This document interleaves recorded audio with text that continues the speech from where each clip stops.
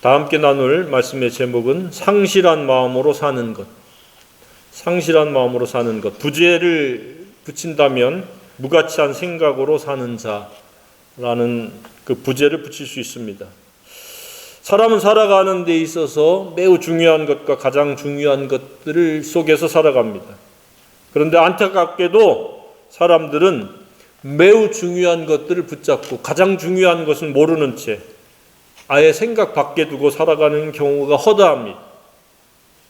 여러분은 무엇에 가치와 의미를 부여하고 살아가고 있습니까? 세상에 있는 것들입니까? 아니면 하나님과 하나님의 명령과 하나님의 뜻입니까? 다시 한번 오늘 저와 여러분에게 있어서의 영원하고도 가장 중요하고도 가장 필요한 가치는 하나님을 경외하는 것이며 하나님 명령을 순종하는 것임을 다시 한번 확신하고 확정할 수 있기를 바랍니다. 우리는 끊임없이 한눈을 팔 수밖에 없는 그런 사탄 마귀의 그 미혹과 괴계가 있습니다. 아차 하는 순간에 우리는 세상을 바라보고 세상에 있는 매우 좋은 것들, 중요한 것들처럼 느껴지는 것들에 우리의 마음이 빼앗길 때가 있습니다. 우리는 세상에 있는 매우 중요한 것들도 필요로 합니다. 그것은 복음을 위해서, 하나님 뜻을 위해서, 하나님 명령을 순종하기 위한 수단들로서 필요한 것들입니다. 그러나 하나님 뜻과 명령이 배제된 가운데 매우 중요한 수단들만 있으면 그것은 무용지물에 불과한 겁니다. 무가치한 것입니다. 많은 사람들은 돈을 추구합니다. 돈을 가장 중요한 것이요 가장 가치 있는 것으로 여깁니다. 그런데 그것이 가장 가치 있는 것은 될 수 없습니다. 죽을 때 가지고 갑니까? 아무것도 가지고 가지 못하는 것, 영원하지 못하는 것은 그것을 가치라고 부여할 수가 없습니다. 인기도 그렇습니다. 관종도 그렇습니다. 사람들 앞에 자랑하는 허세도 그렇습니다. 모두가 다 헛되고 허무한 것들입니다. 그럼에도 불구하고 세상 사람들은 끊임없이 그것에 대한 관심과 그것에 대한 주목에서 벗어나지 못합니다. 계속해서 생각은 돈이요, 인기요, 명예요, 허세요, 자랑입니다. 욕심입니다.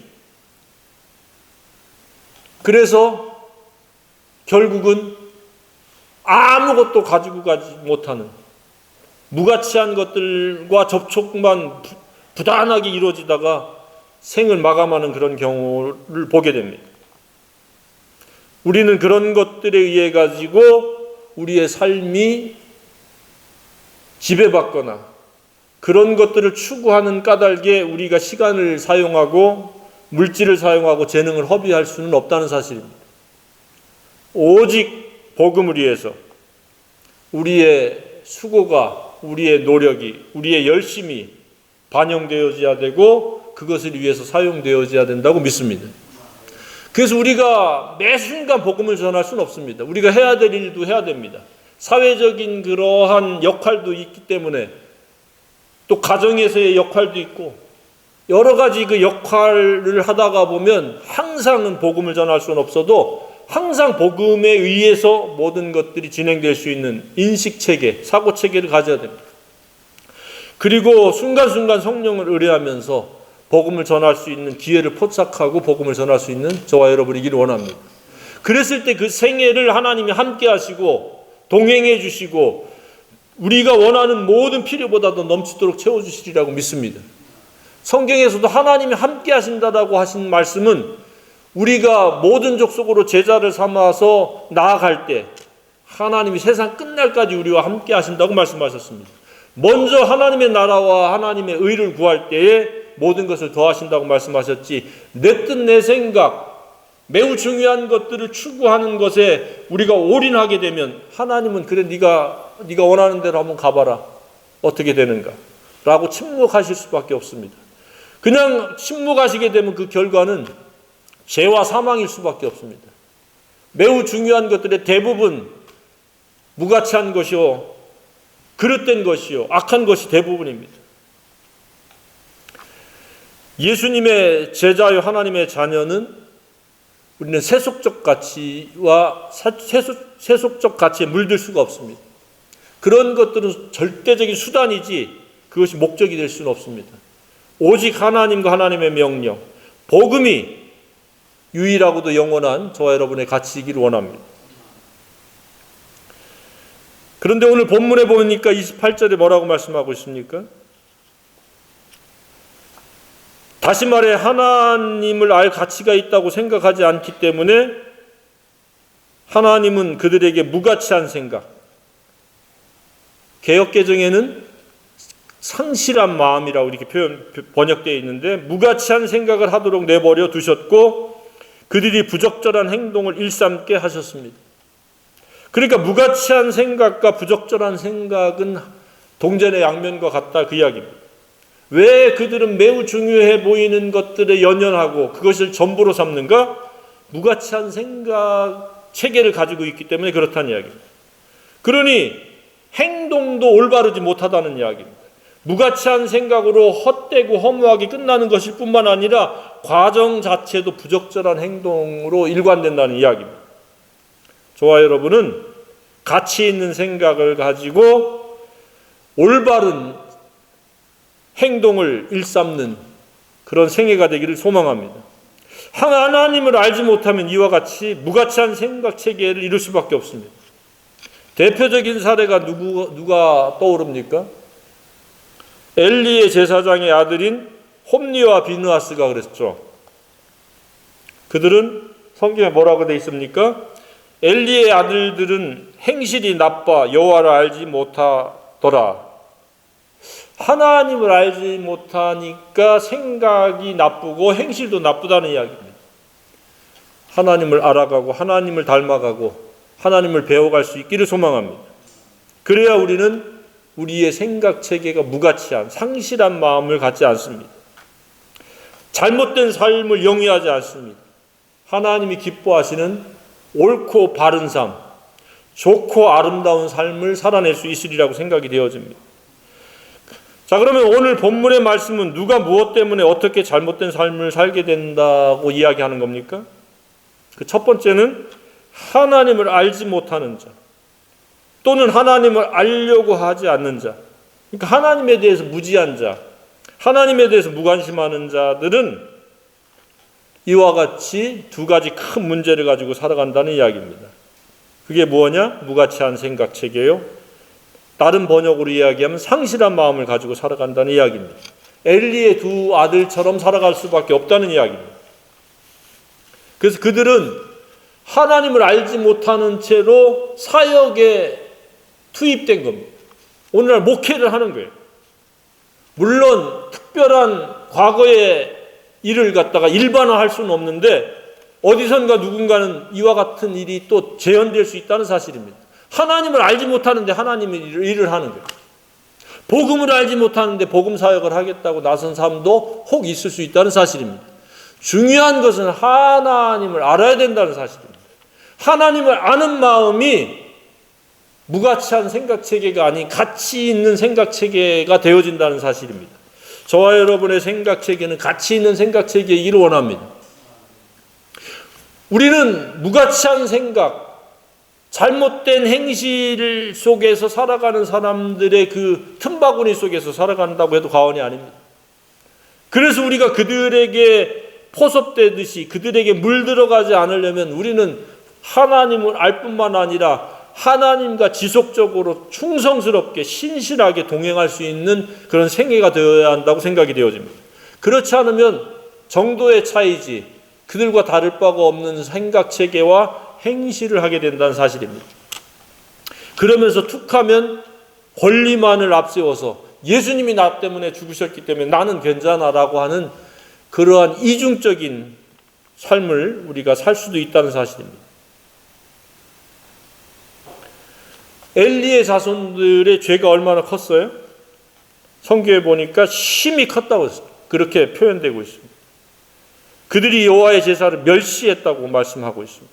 그래서 그 결과는 저주를 자청하여 그 집안에서 태어나는 모든 남자들이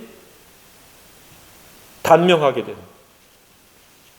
그러한 비극을 초래했던 것이 바로 하나님을 모르는 채 하나님 일을 한다고 하면서 나쁜 행실, 제사도 드리기 전에 좋은 재물을 다 빼돌리고 그 탐심에 지배받으면서 그 하나님 사역을 한다고 했다는 사실입니다. 신자도 깨어있지 못하면, 하나님을 아는 생각 체계요 하나님과 동행하지 아니하면은 엘리의 자손들의 전철을 밟을 수도 있다는 사실에 대해서 우리가 경계심을 가져야 됩니다. 이처럼 모든 사람은 생각과 행동은 서로 다를 수가 없습니다. 그 생각이 어떠하느냐에 따라서 행동도 똑같이 이루어진다는 사실입니다. 범죄자들이 왜 범죄를 합니까? 범죄의 생각을 갖고 있기 때문에 범죄를 하는 겁니다. 왜 착한 일을 합니까? 누가? 착한 생각, 옳은 생각, 좋은 생각을 갖고 있기 때문에 착한 일을 하는 겁니다. 누가 복음을 전합니까? 복음에 대한 은혜를 입었고 복음에 대해서 감동하고 감격하고 있는 사람이 복음을 전하는 거예요. 복음을 전해라 해도 전하지 않는 사람은 그 복음이 복음되지 못했을 가능성이 매우 높다는 사실입니다. 나쁜 생각은 나쁜 행동을 하게 되어 있습니다. 하나님께 대한 무지는 곧 나쁜 생각이요, 나쁜 생각은 곧 나쁜 행실로 이어진다는 사실입니다.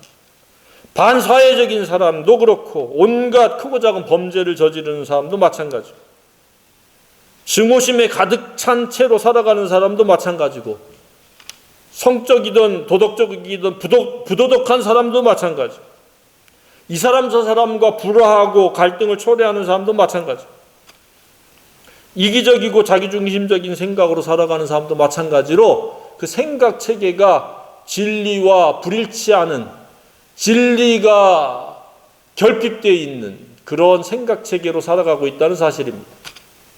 진리로 가득 찬 생각 체계요, 진리의 권위 아래서 말과 행실이 이루어지는 저와 여러분이 되기를 소망합니다. 그러면 나쁠래야 나쁠 수가 없습니다. 진리는 하나님의 뜻이요 하나님의 창조 목적입니다. 그 진리가 지배하는데, 진리가 인도하는데, 성령이 이끌어 가시는데 어떻게 나쁜 행동, 나쁜 말을 할 수 있겠습니까? 그리스도인들도 진리가 없으면 그냥 옛 성품이 지배하기 때문에, 마귀나 귀신이 그의 인격을 주관하기 때문에 욕설을 하고 언어 폭력을 하게 되고 물리적인 폭력에 그 몸이 사용할 수도 있고 부도덕한 데 빠질 수도 있습니다. 우리는 진리 충만, 성령 충만이 있기를 간절히 소망합니다. 매일매일 단위로 그렇게 해야 됩니다. 자, 여러분, 이쯤에서 질문을 해보겠습니다. 하나님에 대해서 얼마나 알고 있습니까? 하나님을 아는 만큼, 하나님을 닮은 만큼 좋은 마음이요 좋은 행동의 범위가 되어진다고 믿습니다. 하나님에 대해서 10% 알고 있으면 10%밖에 좋은 사람으로 살 수 없습니다. 하나님에 대해서 100%는 아닐지라도 90%, 99%까지 아는 데 이르기를 주님의 이름으로 축복합니다. 그러면 삶도 99% 좋은 삶이 되어지리라고 믿습니다. 좋은 행실로 이루어지리라고 믿습니다. 그래서 베드로 서신 말미에 뭐라고 말씀하고 있습니까? 오직 우리 주 곧 구주 예수 그리스도의 은혜와 그를 아는 지식에서 자라가라. 영광이 이제와 영원한 날까지 그에게 있을지어다. 자라는 만큼 영광이 있다는 얘기예요. 아름다운 삶을 살아낼 수 있다는 사실입니다. 나쁜 행실은 더러운 삶을 살아내고 추한 삶을 살아낼 수밖에 없습니다. 하나님은 우리의 삶이 아름답기를 원하십니다. 그것은 진리가 순종되어지는 것, 진리가 삶으로 실행되어지는 것이 아름다운 것이라고 믿습니다.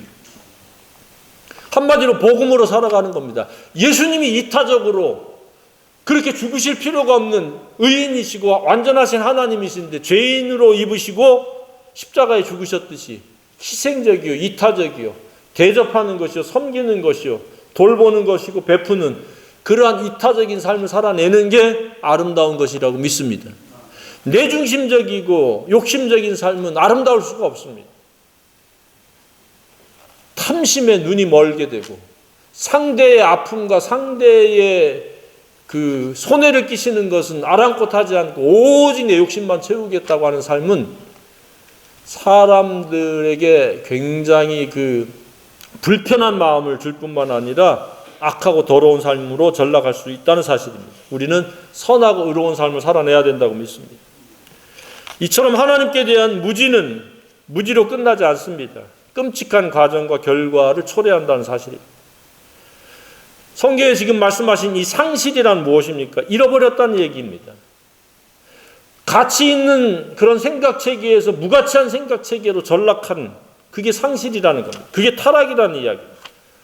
지금 인류가 타락한 상실한 마음, 잃어버린 마음으로 살아가는 것에 대해서 지금 말씀을 하고 있는 겁니다. 가장 중요한 것, 가장 필요한 것, 영원하고 가치 있는 것을 상실해버렸다, 잃어버렸다 이야기입니다. 한마디로 하나님의 형상을 닮은 마음을 상실했다는 이야기입니다. 그리고 무가치한 생각체계, 허무한 마음으로 채워졌다는 이야기입니다. 불의하고 악한 생각체계를 이루었다는 이야기입니다. 지구촌의 10중 8구 이상의 사람들은 이와 같이 하나님께서 주신 형상, 하나님의 마음을 상실해버렸습니다. 잃어버렸습니다. 그래서 복음이 필요한 것이고, 그래서 하나님의 말씀을 가르쳐야 될 책임이 저와 여러분에게 있다는 사실입니다. 이에 대해서 아모스 선지자는 그렇게 표현을 했습니다. 허물을 기뻐하며 산다. 그러니까 무가치한 생각체계를 가지고 살아가니까 그냥 주변에 있는 허무한 것들을 기뻐하면서 살아가는 것. 보는 것, 먹는 것, 갖는 것, 듣는 것, 하고 싶은 거 하는 것, 이런 것들을 위주로 시각, 청각, 촉각, 미각, 이런 것들 위주로 살아가는 거예요. 하나님도 없고 진리도 없고 복음도 없고 그냥 육체 중심으로 육체를 만족시키기 위해서 요란하게 살아가는 거예요. 분주하게 살아가는 거예요. 아모스 6장 13절에 그렇게 되어 있습니다. 허무한 것을 기뻐하며 이르기를 우리는 우리의 힘으로 뿔들을 취하지 아니하였느냐 하는도다.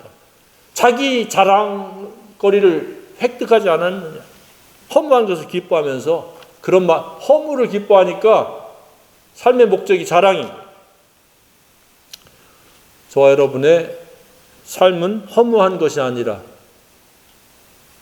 하나님의 마음을 회복하고 하나님의 마음으로 사는 것이 되어야 한다고 생각이 되어집니다. 잃어버린 자란 이처럼 하나님께서 주신 아름다운 품격, 좋은 품격을 잃어버린 것. 그래서 좋은 행동을 할 수 없다는 얘기예요. 그래서 예수 그리스도께서 죽으셨고 예수 그리스도께서 이 땅에 오신 것입니다.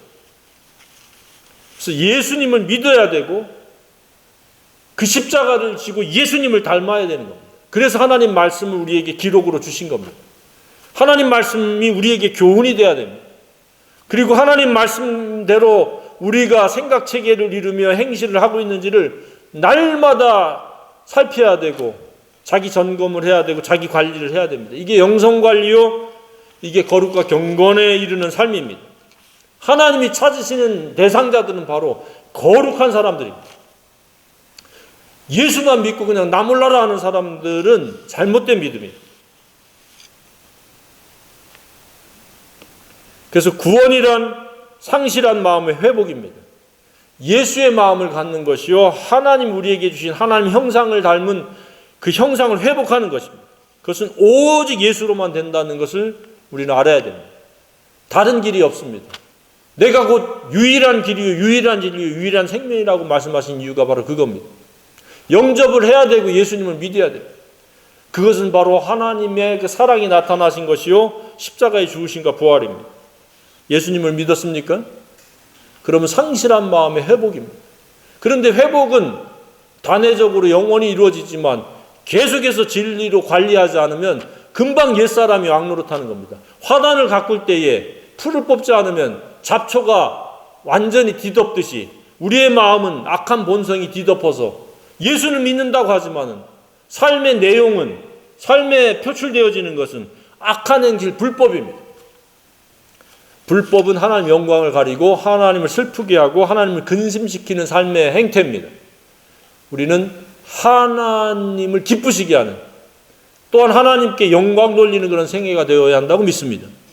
그것은 바로 하나님의 마음을 지속적으로 갖는 겁니다. 매일매일 갖는 겁니다. 어제 하나님의 마음을 가지고 살았다고 해서 오늘 자동적으로 하나님의 마음을 갖고 살아가는 게 아닙니다. 어제는 어제요. 오늘은 다시 말씀과 기도에 의해서 하나님의 마음, 예수의 마음으로 살아야 된다고 믿습니다. 이것이 경건의 생활이요, 하나님이 찾으시는 대상인 겁니다. 그렇지 않으면 우리는 왜곡되고 삐뚤어진 장애가 생긴 인격에 의해서, 악한 생각에 의해서, 마귀의 DNA를 가진 그 성품으로 말미암아 우리는 악한 말과 행실을 할 수밖에 없습니다. 세상에는 여러 장애인들이 있습니다. 신체 장애를 가진 분들도 있고 정신 장애를 가진 분도 있습니다. 신체 장애는 언어 장애, 청각 장애, 시각 장애, 그리고 손과 발의 장애, 전신 장애 등 다양한 장애들이 있을 수 있습니다. 정신 장애도 인지 장애, 자폐 장애, 학습 장애, 결정 장애, 온갖 장애가 있습니다. 하지만 치명적이며 잘 알 수 없는 장애는 뭐냐? 인격 장애입니다. 품격의 삐뚤어짐입니다. 그게 바로 상실한 마음의 또 다른 표현입니다. 다수가 도토리 키재기처럼 다 같이 그렇게 사니까 심각성을 느끼지 못할 뿐입니다.